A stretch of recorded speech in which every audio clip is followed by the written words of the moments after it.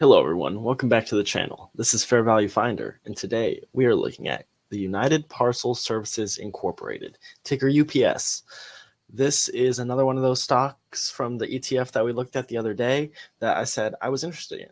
I've seen it come across different things over the years, and I've never really dug too deeply into it. So I'm really curious, and looking at what I've seen so far, it really has my interest piqued. We're going to start this a little differently. We're going to look at the financials first, then we'll go to the chart and then to the earnings, because I feel like this will give a bit more context to these prices. So revenue, we see it right at the upper end of what we're looking for, coming in 10.64% year over year. Small growth last year, but still good. The cost of goods are increasing rather quickly, almost 10% as well. Gross profit up almost 19, net income up almost 37. 2022 seems to be a bit of an anomaly, more than just a bit of an anomaly, up $90 million from the year before. But this expenses, I don't think is quite accurate because of such high expenses in 2022. We see this ratio. They were getting better at their expenses heading into 2022. So we'll see what 2023 brings. EBIT, we see some nice growth. We saw a lot of decline this last year, but still they're on a good trend. If they can hop back on the trend that they were on, they'd be looking very good. Gross profit rising, net profit rising, earnings per share rising very quickly. They're currently trading at a 12.8 earnings per share off the $13.26 that they came in with last year. Typically, they trade around a 13.55, as we can see, and analysts are expecting them to come in with earnings per share of $10.77 this year. So a pretty big drop on that. That's my one concern for the stock. It drags our valuation down from almost $180 down to $146. And then moving forward, analysts expect some growth again, $11.88, which is a pretty big increase, over $1, so over 10% from what they're expecting this year. I see everything right with the balance sheet. Assets are growing quickly. Liabilities are declining pretty quickly as well. Book value is positive, growing very quickly. And that contributes a little bit to the valuations. I mean, if they're able to continue at the rate that they have been, though, it will start to be well in line and could become more of an asset play. For free cash flow, they're pretty strong on their free cash flow. They've been growing it very slightly. 2021 had a big old jump, so hopefully they can get back to those levels. That would value the stock around $218. Moving forward at the rate that they have been going, we'd be looking at $223. Share count, they have been buying back shares. They seem to have issued some in 2020. Very small amount that they've almost gotten back off the market. I'd like to see that be negative. It should be at the end of this year. The shareholders' equity, that is a very good growth rate that we see there, growing it very quickly. And their dividend, they have been growing that very quickly too. So this stock just has massive growth. And the dividend isn't even coming in at 3.58%, which would help value the stock at $210 based on its traditional 2.9% yield. And as for the Lynch formula, we're looking at a 3.18. So that says that it's incredibly undervalued if it can continue on the growth rate that it has been on and keep up this dividend. I don't think that the dividend's at risk. They might slow down on the growth a little bit. This EPS growth is definitely declining. I mean, we're looking at more of a 10% rather than a 37%. We come up with this at a perfectly fair value, slightly undervalued.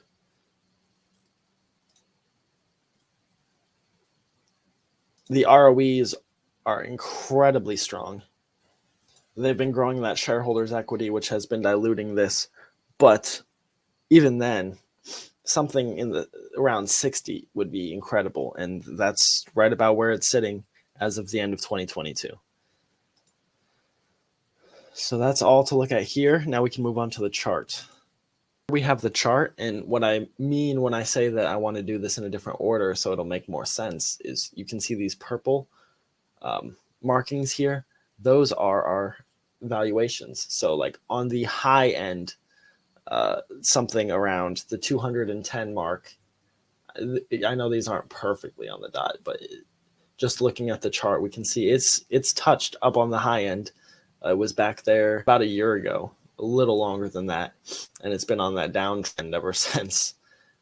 As for the low end, it's currently below where the financials as of last year I would have put a fair value of this stock. So with 180, I mean, we'd be looking for something close to 160 as a good buy-in point for the stock, which it's almost down to. But the fact that the earnings are dropping, it dropped that down to this level, more towards 150, which is something that the stock hasn't seen since 2020. Hopefully they are able to beat those earnings expectations and prove the analysts wrong. But I don't know, 160 might be a point where I just start buying in a little bit. Just average in. If it goes down, it goes down. Because if they can get it back up over time, I mean, 160 would become the bottom again in 2 to 3 years' time. But let's look at the earnings and see what they have to say about those. These earnings are nothing incredible. I skimmed over them. I tried to find a forward EPS, and I am not seeing what they expect to come in at the end of the year, so they didn't change their guidance. And we'll jump right into this. The outlook might be the most important thing here, especially with the expected decline. So they're expecting revenue at $97 billion. That is below what they came in 2020, just about in line with that. Almost $300 million below. Consolidated operating margin about 12.8%. That's a little low. 13 is what they've been coming in at recently. Capital expenditures, 5.3 billion. Dividend payments of 5.4 billion. Share repurchases of 3 billion. So those are all fine numbers. They're seeming to be expecting a bit of a decline themselves. I really don't like their earnings. They do not give year-over-year comparisons. There's no balance sheet. They didn't give forward guidance on their EPS. So there's not a whole lot to go off of here. But we do see that in the U.S. segment, they saw a small decrease in revenues, 5.4% decrease in average daily volume, nearly offset by 4.8% increase in revenue per piece. So they don't quite have pricing power. It looks like the volume dropped in line, actually a little bit more, about 10% more than the price increases that they put in place. And that's not really what you want to see for something that has pricing power. You'd want it to see they increased at 4.8% and they only lost 2.4%, something along those lines. Operating margin 9.8, adjusted to 9.9. That comes in low, very low. They seem to make a whole lot more international. International revenues decreased 6.8%, driven by a 6.2% reduction in volume, mostly from China. Same story across all of these stocks.